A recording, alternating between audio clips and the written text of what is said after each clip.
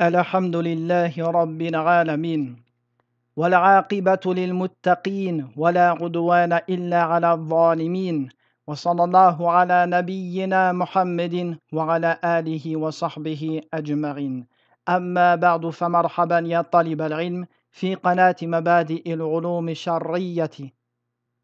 Bienvenue à tous sur notre chaîne Mabadi ul-Ulum Shar'iyya pour une nouvelle vidéo. Nous poursuivons aujourd'hui l'étude du maître تحفة الأطفال. الدرس الثالث. علمنا أن علوم التجويد كثيرة، ومن هذه العلوم مخارج الحروف وصفاتها وأحكام النون وأحكام الميم وأحكام ال والوقف والابتداء وأحكام الراء والإدغام والوصل والقطع والمدود. ودرسنا من هذه العلوم مخارج الحروف وصفاتها وأحكام النون الساكنة والتنوين. وعلمنا أن أحكام النون الساكنة والتنوين أربعة، وهي الإظهار والإدغام والإقلاب والإخفاء. واليوم سندرس بابا جديدا من أبواب التجويد. Nous avons vu précédemment que les chapitres du tajwid sont nombreux. Nous avons étudié parmi ceux-ci Makharijul huruf wa sifatuha, la sortie des lettres et leurs caractéristiques, wa ahkamu nun sakinati wa tanwin, et les règles propres au nun, sakina et au tanwin. Aujourd'hui, nous allons voir de nouveaux chapitres de la science du tajwid. Ahkamu nuni wal mimi al mushaddadataini, les règles propres au nun et au mim quand tous les deux possèdent une shadda. Qala an-nadhimu سليمان الجمزوري رحمه الله تعالى: أحكام النون والميم المشددتين وغن ميما ثم نونا شددا وسم كلا حرف غنة بدا. Ceci est le vers de poésie propre à cette règle. Et le sens de celui-ci: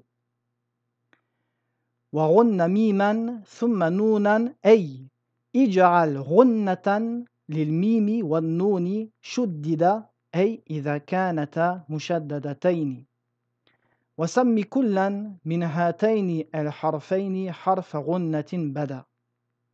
وغنة, ici c'est un verbe, le verbe ranna yaranu qui veut dire prononce une runna. Ici l'auteur nous dit prononce une runna avec le mim et le nun lorsque tous les deux possèdent une shadda, lorsque les deux lettres sont doublées, et appelle chacune de ces lettres harfa runnatin, la lettre de la runna. Pourquoi? Car comme nous le savons, la runna est une caractéristique propre au nun et au mim.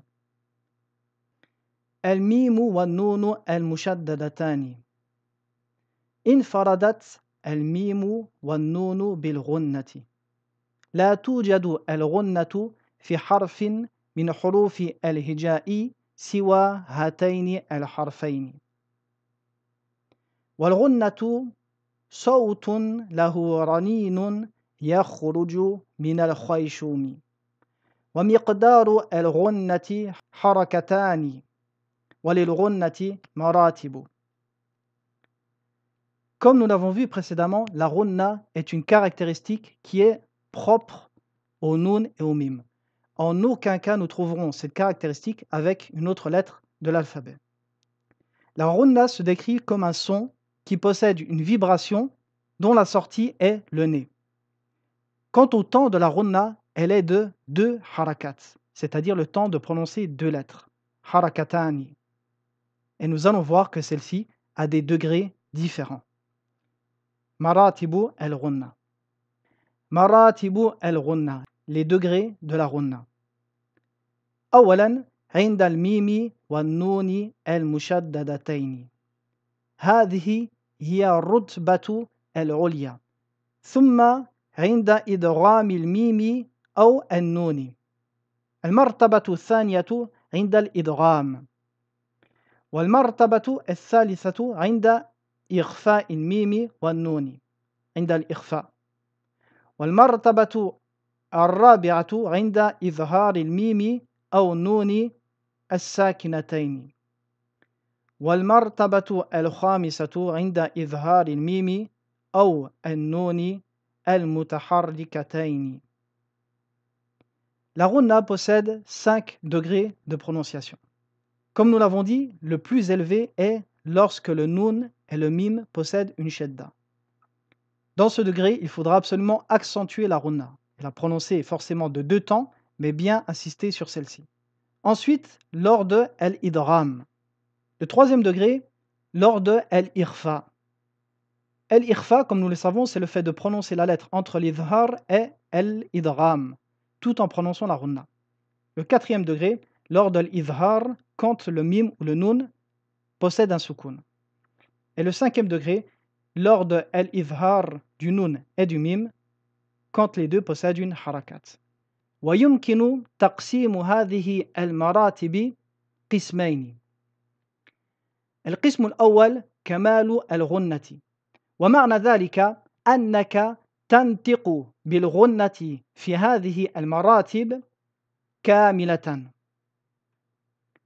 ومقدار الغنة كما قلنا هو حركتان، ففي هذه المراتب الثلاث لابد من إكمال الغنة حركتين.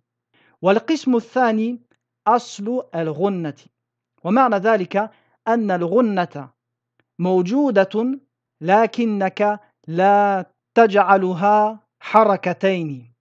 Voici ici les 5 degrés de la runna. Ils sont classés en ordre décroissant, c'est-à-dire que la prononciation de la runna dans le premier degré est plus important que dans le deuxième, et dans le deuxième plus important que dans le troisième, et ainsi de suite. Seulement, nous pouvons classer ces degrés en 2 catégories. Kamal al-runna, la runna qui est parfaite, et asl al-runna, la base de la runna. Kamal al-runna, ce qui est voulu par là, c'est que nous allons prononcer la runna, comme nous l'avons dit, de 2 temps. Et ceci est obligatoire. Ceci dans les 3 premiers degrés. Lorsque le nun et le mim posséderont une shadda. Lors de l'idram, lors de l'irfa.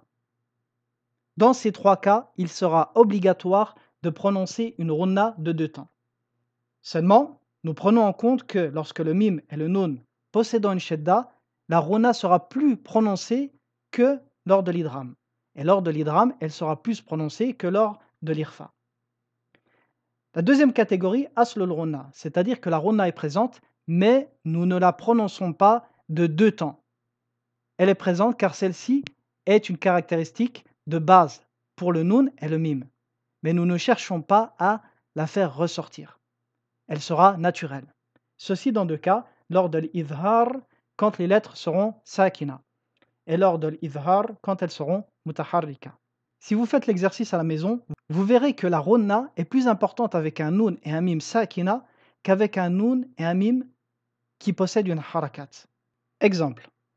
هنا نون مشددة وهنا كذلك ميم مشددة، فهنا يجب النطق بالغنة كاملة، فهو المرتبة العليا من الغنة، وهو من مراتب كمال الغنة، فلا بد من نطق الغنة بحركتين. Ici un nun et un mim possédant tous deux une shadda. Donc comme nous l'avons dit, il faudra prononcer la runna ici de 2 temps et insister sur celle-ci. Nous dirons Inna anzalna, inna, inna, amma, amma, amma. Ici, j'insiste vraiment sur la runna, je la fais ressortir, tout en respectant les 2 temps nécessaires. Ici, un tanwin avec un waw. La règle est l'idram avec une runna. Donc, comme nous l'avons dit, l'idram fait partie des endroits où la runna sera parfaite. Donc, il faudra 2 harakat, 2 temps. Nous dirons walisanan wa shafatayn, walisanan wa shafatayn. Donc, vous voyez ici, j'insiste sur la runna et je respecte les 2 temps. Et il ne faut pas dire walisana wa shafatayn. Non, il faut faire ressortir la runna et respecter son temps. Dans ces 3 versets, vous trouverez que la règle est al-irfa. Ici, d'abord, al-iqlab. Mais comme nous l'avons dit, al-iqlab se passe en plusieurs temps. Et le dernier temps est le fait de cacher le mim dans le bas. Ici, un mim et un bas. La règle est également al-irfa. Nous allons cacher le mim dans le bas. Et également un nun et un ta Nous allons cacher le noun dans le ta. Donc, el-irfa, comme nous l'avons vu, fait partie de kamal el-runna, les endroits où la runna est parfaite. Il faudra donc prononcer la runna ici de deux temps. Nous dirons min ba'd wa ma hum bimu'minin a antum. Encore une fois, pour savoir si vous prononcez la runna correctement, pincez-vous les narines. Dites antum. Vous voyez que la nasalisation est parfaite. Ici, un nun et un mim sakina. Le nun est suivi d'un harful halq, donc la règle est al-idhar. Le mim est suivi d'un ta, également la règle est al-idhar.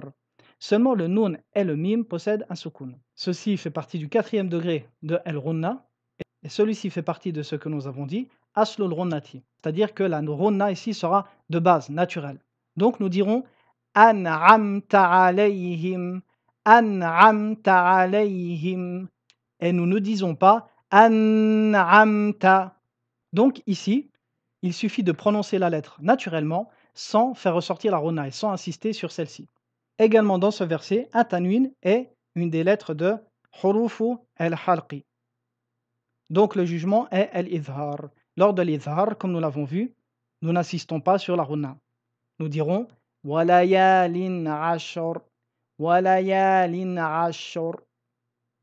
Ahkamul mimi as-sakinati. اعلم أن أحكام الميم الساكنة ثلاثة الإخفاء والإدغام والإظهار. Nous commençons aujourd'hui les règles du mim as-sakina. Les règles du mim as-sakina sont au nombre de 3. La première, al-ikhfa. La deuxième, al-idgham. La troisième, al-idhar. Aujourd'hui, nous allons voir al-ikhfa.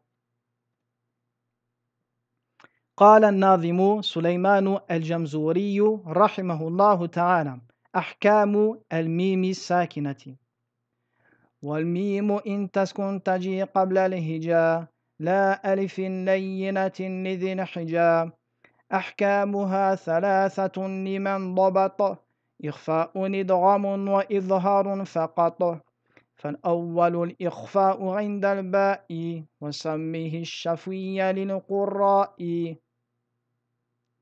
Donc voici les 3 premiers vers des règles du nun. Le sens de ceci est الميم الساكنة تأتي قبل جميع حروف الهجاء إلا ألف المد فإنها يسبقها مفتوح. أحكام الميم الساكنة ثلاثة لمن ضبط وحفظ هذه الأحكام وهي إخفاء وإدغام وإظهار فقط.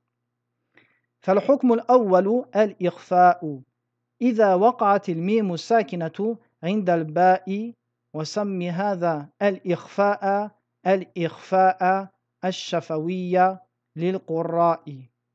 Le mim sakina peut venir devant toutes les lettres de l'alphabet, excepté alifin layyinatin, c'est-à-dire le alif du med. Pourquoi? Car le alif du med est toujours précédé d'une fatha. Nous pouvons rajouter également à ce jugement le waw du med et le ya du med, car le waw du med est précédé par une damma et le ya du med est précédé par une kasra. Donc le mim sakina pourra se trouver devant toutes les lettres, excepté ces 3 lettres mentionnées, c'est-à-dire les lettres du med. Ahkamul mim sakina thalathatun. Les règles du mim sakina sont au nombre de 3. Liman dabata wa hifadha, pour celui qui les a maîtrisées et mémorisées. Ces jugements sont al-irfa, wal-idram, wal-idhar. فالحكم الأول الإخفاء. Le premier jugement est al-irfa. Quand ça? إذا وقعت الميم الساكنة عند الباء. Lorsqu'un mim sakina viendra avant un ba. وسم هذا الإخفاء الإخفاء الشفوي.